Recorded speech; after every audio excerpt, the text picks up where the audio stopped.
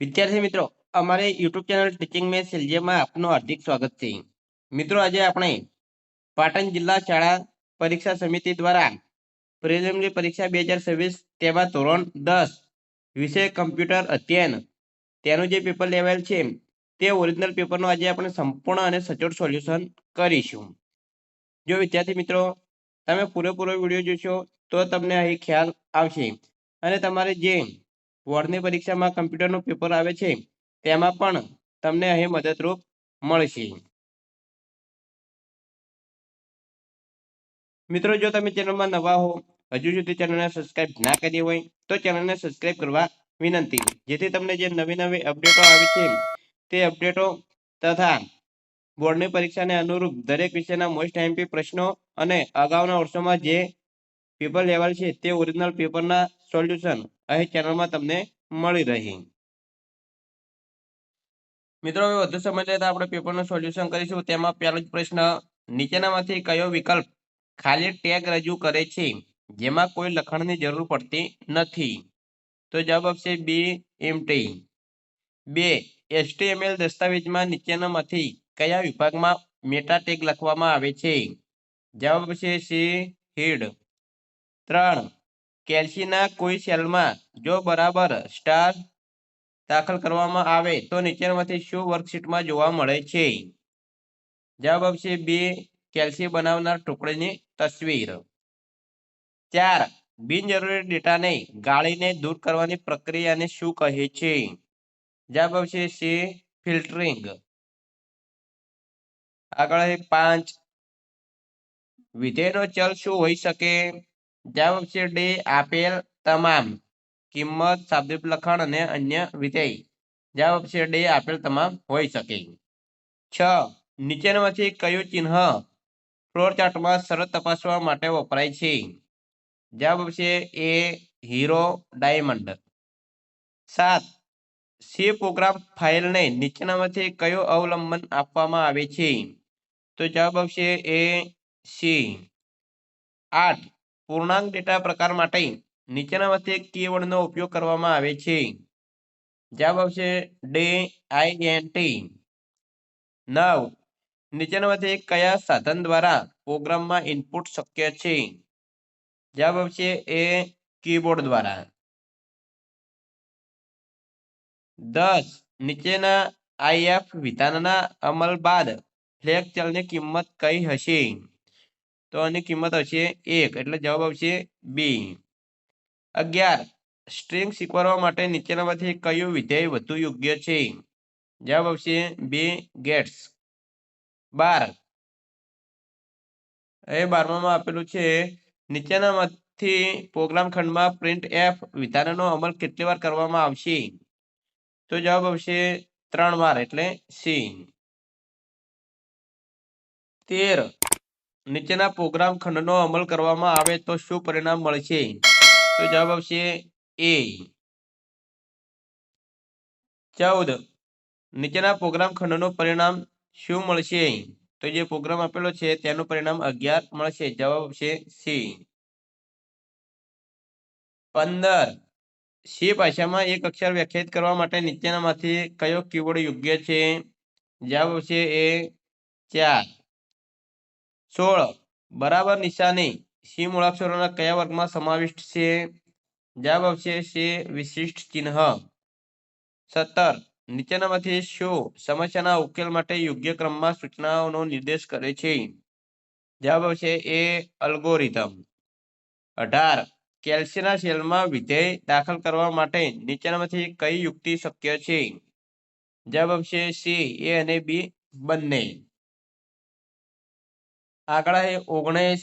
ડેટાને ચોક્કસ ક્રમમાં ગોઠવવાની પ્રક્રિયાને શું કહે છે? જવાબ આવશે એ સોર્ટિંગ. 20. કેલ્સીમાં બનાવેલી વર્કશીટનું અનુલંબન નીચેનામાંથી શું હોય છે? જવાબ આવશે એ ડોટ્સ ઓડીએસ. 21. વેબ પેજનો શીર્ષક નીચેનામાંથી કયા ટેગને આવરી લેવામાં આવે છે? તો જવાબ આવશે સી. 22. HTML દસ્તાવેજમાં કયા પ્રકારની માહિતી સમાવી શકાય છે? જવાબ આવશે ડી આપેલ તમામ મલ્ટીમીડિયા માહિતી, શાબ્દિક માહિતી અને ફાઇલનું પદનામ આપેલ તમામ. આગળ છે 23. નીચેનામાંથી HTML નું પૂરું નામ કયું છે? જવાબ આવશે છે હાઇપરટેક્સ્ટ માર્કઅપ લેંગ્વેજ. 24. HTML કોડમાં રંગ દર્શાવવા માટે નીચેનામાંથી શું ઉપયોગમાં લેવાય છે? જવાબ આવશે 16 અંકી પદ્ધતિમાં કલર કોડ. 85. જો મિત્રો તમે હજુ સુધી ચેનલ સબસ્ક્રાઇબ ના કર્યો હોય તો ચેનલ સબસ્ક્રાઇબ કરવા વિનંતી. વિડીયોને લાઈક ના કર્યો તો લાઈક પણ કરી દેજો. આગળ આપણે 25 જોઈશું. કેલ્સી દસ્તાવેજની વર્કશીટમાં કોઈ વ્યક્તિએ દાખલ કરેલી કિંમતોના સરવાળાની ગણતરી કેવી રીતે કરી શકે? તો જવાબ આવશે ડી ઉપરોક્ત તમામ રીતે. 26. કેવળ માન્ય ડેટાને જ દાખલ કરવાની પ્રક્રિયાને શું કહે છે?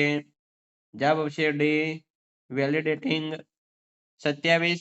આપેલો વર્ષ લીપ વર્ષ છે કે નહીં તે શોધવા માટે તમે કેલ્સીના સમય અને તારીખને લગતા વિધેયોમાંથી કયો વિધેય વાપરશો?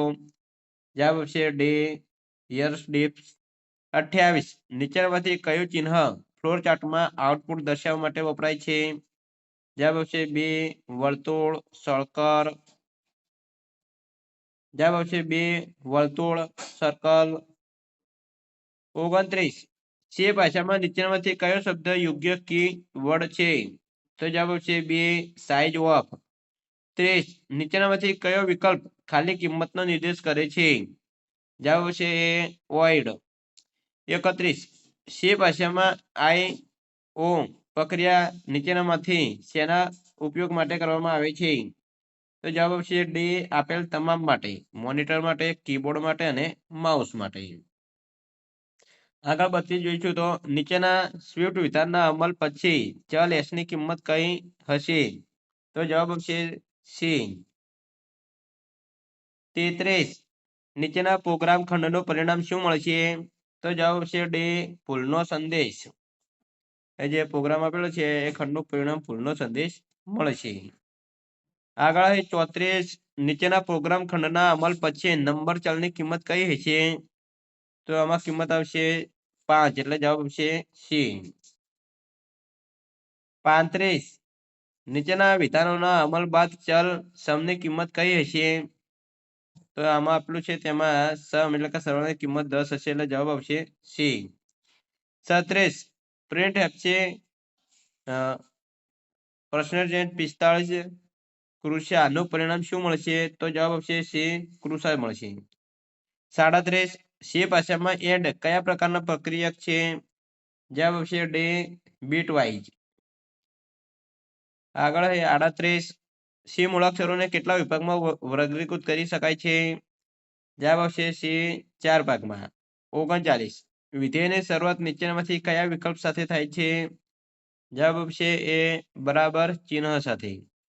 40. સેલમાં ફક્ત તારીખ જ દાખલ કરવા માટે નીચેનામાંથી કઈ કાર્યરીતિ વપરાય છે? જવાબ આવશે બે ડેટા વેલિડેશન્સ. 41.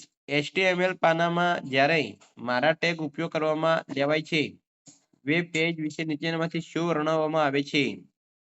જવાબ આવશે એ લેખક ઉદ્દેશ અને ચાવીરૂપ. 42. નીચેનામાંથી વેબ પેજ વર્ણવવા માટેની ભાષા કઈ ગણાય છે? તો જવાબ આવશે એ HTML. 43. નીચેનામાંથી કયા બે HTML કોડના બે મૂળભૂત વિભાગો બનાવે છે? જવાબ આવશે એ હેડ એન્ડ બોડી. 44. HTML દસ્તાવેજને સુધારવા માટે નીચેના પૈકી કયું એડિટર છે? તો જવાબ આવશે એ. 45. નીચેનામાંથી કયો તાર્કિક વિધેય નથી? જવાબ આવશે ડી પ્રોપર. 46. સી ભાષામાં વેલ્યુ ++ નો અર્થ શું કરી શકાય? જવાબ આવશે એ પોસ્ટ ઇન્ક્રીમેન્ટ. 47. સી ભાષામાં ઉદ્ગાર ચિહ્ન નિશાની કયા પ્રકારનો પ્રક્રિયક છે? જવાબ આવશે સી તાર્કિક. 48. HTML દસ્તાવેજમાં નીચેનામાંથી કયા વિભાગમાં આપણે ટિપ્પણી ઉમેરી શકીએ?